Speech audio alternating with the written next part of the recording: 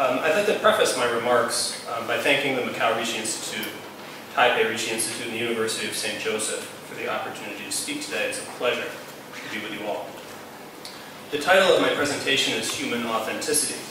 I chose this title because the subtopics, work, leisure, and contemplation, are all proposed as necessary for man as man to live well and pursue happiness.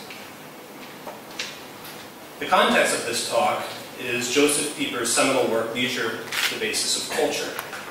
The purpose of the talk is to explore the limits of work, what leisure is in relation to work, and the correspondence between leisure and contemplation. To begin, please find 4 need-to-know themes to take away from this presentation. These ideals will permeate the rest of what comes. I will read them briefly. Total work describes a process whereby human beings are transformed into workers and functionaries and nothing else. Leisure is not the same as breaks, time off, the weekend, vacation, and so on. In other words, leisure is not merely not working. Leisure also necessarily transcends the workaday routine. It consists most basically of an affirmation by man of his own existence, of the world, and of God. Contemplation is knowing inspired by love, a loving attainment of awareness of God. It is intuition of the beloved object. In 1948, Josef Pieper published Leisure, the Basis of Culture. It was and still is an important work, coming in the aftermath of the Second World War. What he observed before and during wartime was the transformation, par excellence in the totalitarian states, of human persons into workers, as if work was an end and not a means, and offered to individuals and communities what religion, specifically Christianity, could not. He saw this phenomenon as a direct denial of an essential element of human life, namely the desire to see and rejoice in the fruits of our labor, in the dignity of each other, in creation, and in God himself. In response, he coined the term total work. He then presented the phenomenon of total work against the traditional understanding of leisure in Greek and Christian philosophy, and argued for its proper role in human affairs. His intention was to ensure that 1, human beings remained human during the course of their work, and 2, that they had time to pursue leisure.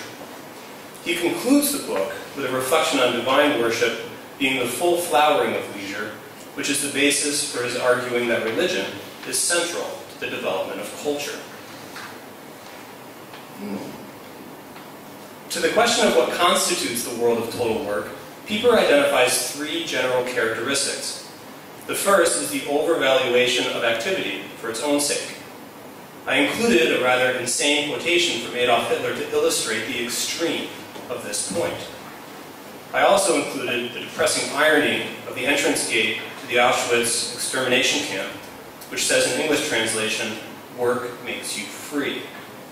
This, as if work per Nazi council, was the truth being described by Jesus Christ in the Gospel of John, chapter 8, verses 31 to 32. "If you abide in my word, you are truly my disciples, and you will know the truth, and the truth will set you free." The overvaluation of activity makes 2 assumptions about human life. First, that its value is primarily measured by what we do, as opposed to who we are. That if we are not doing something quantifiable, we are quite literally wasting our lives. Second, that idleness is all that the non-work sphere of life is comprised of. This latter assumption is what Pieper directly challenges in Leisure, the Basis of Culture, as well as many of his other works. The next characteristic of total work is the overvaluation of exertion and drudgery. The rather snarky poem by Friedrich Schiller is to embarrass the idea that we cannot and should not enjoy the things we do, even self-evidently good things like helping our friends.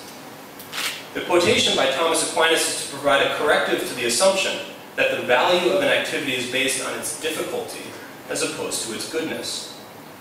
Reflecting on this idea, I also couldn't help but think of the curse of Sisyphus, who was punished to roll a boulder up a hill in vain for all eternity. Notwithstanding whether the curse was justly applied, he never had the opportunity to rejoice in continuing work. Work, even when done without any enjoyment whatsoever, did not make Sisyphus free. One aspect of total work societies that Pieper bemoans in Leisure, the Basis of Culture, is the reduction of intellectual work to social purposes. He contextualizes his distaste of this in discussion about servile work, which is work done for a purpose, and the liberal arts, which are arts associated with knowledge for its own sake. He saw in totalitarian states the forcing of vocations, say, in philosophy, to the objectives of the state. The result was the creation of what he calls intellectual workers, which to him signified the ultimate destruction of the liberal arts as free, and prohibited the mind from seeking the truth come what may. For all intents and purposes, truth did not exist for the intellectual worker so described. Thus describes the three central characteristics of Pieper's concept of total work. But before moving on, it is important to note the use of the word overvaluation. According to Pieper, the problem with total work is not the work, but the total. Being active, exerting oneself, and being useful are not ipso facto evil or otherwise dehumanizing. His principal caution is against absolutizing them. In Leisure, the Basis of Culture, Pieper identifies three qualities that temper, or perhaps rightfully order, work towards leisure. The first is that, against the overvaluation of activity, leisure is essentially non-activity, a form of silence.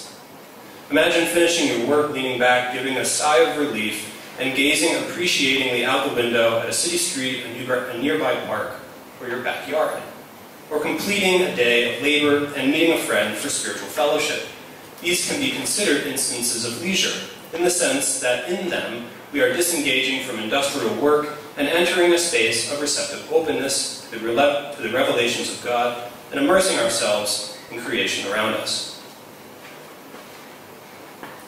Against the overvaluation of exertion is leisure as celebration, which is suggesting that it is permissible to actually enjoy the gifts of life.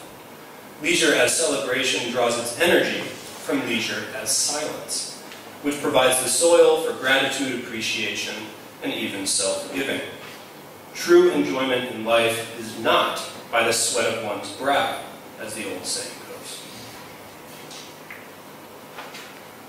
Against the overvaluation of usefulness is the idea of leisure as freedom, both freedom from always being quantifiably useful and freedom to be leisurely in the senses indicated in the prior two slides. This corresponds to another of Pieper's ideas that leisure transcends the workaday routine, and necessarily so, as he argues in an essay called The Philosophical Act. Such is why, as introduced at the beginning, breaks, time off, the weekend, and vacations are not of themselves leisure. These things can and have existed in total work societies. Leisure, properly speaking, is only that which transcends, as opposed to fits into, the workaday routine. So, to recap, leisure provides an antidote to total work in three ways: through silence, through celebration, and through freedom. Pieper begins his discussion about leisure with a reflection on classical Greek philosophy, particularly the thought of Aristotle. So to him we turn. Pieper works from the following quote from Aristotle's Nicomachean Ethics: "We are unleisurely in order to have leisure." The use of unleisure and leisure, which is a more direct translation from the Greek than work and leisure, is to establish the starkness of contrast between the two, as well as to signify their inner relationship. Aristotle is suggesting that unleisurely activity is done for the purpose of leisurely pursuits. This statement at once affirms the necessity of them both and proposes their hierarchical ordering. One is literally for the other. In other words, one is a means and the other an end. To Aristotle, leisure is a space where one can pursue knowledge for its own sake. Hence the English translation of schole as school. It is the, quote, knowledge of a gentleman, to use now St. John Henry Newman's happy phraseology. A good artistic expression of leisure is the School of Athens, a fresco painted by Raphael in 1511, which symbolized the way of philosophy and depicted people thinking, discussing, and experimenting in pursuit of knowledge. An important dimension of such knowledge is what Aristotle calls intellectual contemplation, which he describes as intuition of being, or insight into the givenness of things. Medieval philosophers later coined the terms intellectus and ratio, drawing out the distinction between intellectual contemplation, representing a state of receptivity, and observation, representing discursive or logical thought. Aristotle argued that eudaimonia, his notion of well-being or happiness, centered around intellectual contemplation. However, incidentally, he also considered ethically virtuous action essential to well-being as well, albeit as an analog to intellectual contemplation. If this brings to mind the Christian teaching that the satiation of all desire and the full flowering of sanctity is to be found in contemplating God as he is for all eternity in the beatific vision, then we are beginning to see the relationship between Greek leisure and Christian contemplation. Going back to leisure as schooling, contemplating the givenness of things in the Aristotelian sense has everything to do with cultivating the intellectual habits of mind that would dispose one to deeper and deeper insights. The intellectual virtues are central to this process. Also central is the notion that the process of acquiring knowledge about the givenness of things includes both a contemplative aspect, intellectus, and an observational aspect, ratio. The former, contemplative aspect, would in later centuries be largely denied, recalling Immanuel Kant's description in a 1796 essay of philosophy as work. Part of this process of schooling is described in the quotation of Aquinas, that knowledge, like love, must be free. The quotation from Pieper is offered to reveal something of the conceptual transition from Greek leisure to Christian contemplation. Pieper, in Happiness and Contemplation, differentiates between what he calls natural contemplation and supernatural contemplation, or the beatific vision. Pieper's notion of natural contemplation arguably corresponds most directly to the Aristotelian notion of leisure, even if the latter is lacking in scriptural references. Natural contemplation includes the essential elements of supernatural contemplation, but without the permanence, richness, or completeness. In other words, authentic contemplative experience is indeed possible here and now. As the quote suggests, natural contemplation is celebration of creation. It is the affirmation of existence as good, beautiful, true. It is participation in the primordial affirmation of God after the completion of his work described in the creation story. The end of leisure, the basis of culture, includes a reflection of leisure as culminating in divine worship. Now, although the idea that leisurely pursuits have a religious orientation is not original to Christianity, recalling, say, Plato's Academy as one example, Christianity did give the idea a transfigured force of import. The essence of happiness consists in an act of the intellect. This quotation from Thomas Aquinas does not imply some intellectualizing of the faith or the absence of love. It is referring to the idea that union with God in heaven, in the beatific vision, happens first, or ontologically, in the intellect, through the knowledge received through seeing God, through intuiting him as he is. Pieper refers to the Gospel of John, chapter 17, verse 3 on this point. Quote, "Now this is eternal life, that they may know thee." As an aside, we may happily speculate that Aristotle would have been baptized on this verse had he lived long enough. Without love, there would be no contemplation. Pieper, in a book called Only the Lover Sings, Art and Contemplation, says that we see reality, the truth of things, more clearly and readily the more we are guided by love. He summarizes the idea in the Latin phrase, ubi amor, ibi oculus. Establishing the necessity of love in knowing God, and thus possessing eternal life, are the words from the first epistle of John, chapter 4, verse 8.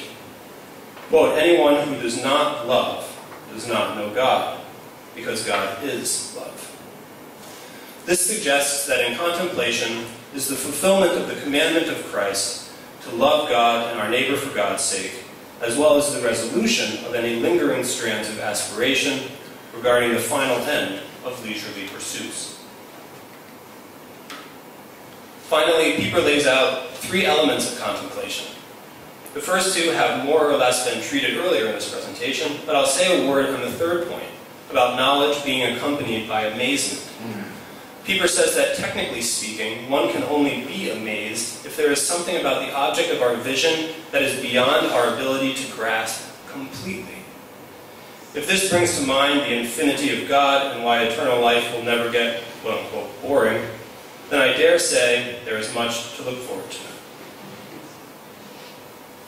The ultimate meaning of the active life is to make possible the happiness of contemplation. I offer this quote as a succinct summary of all that has been discussed.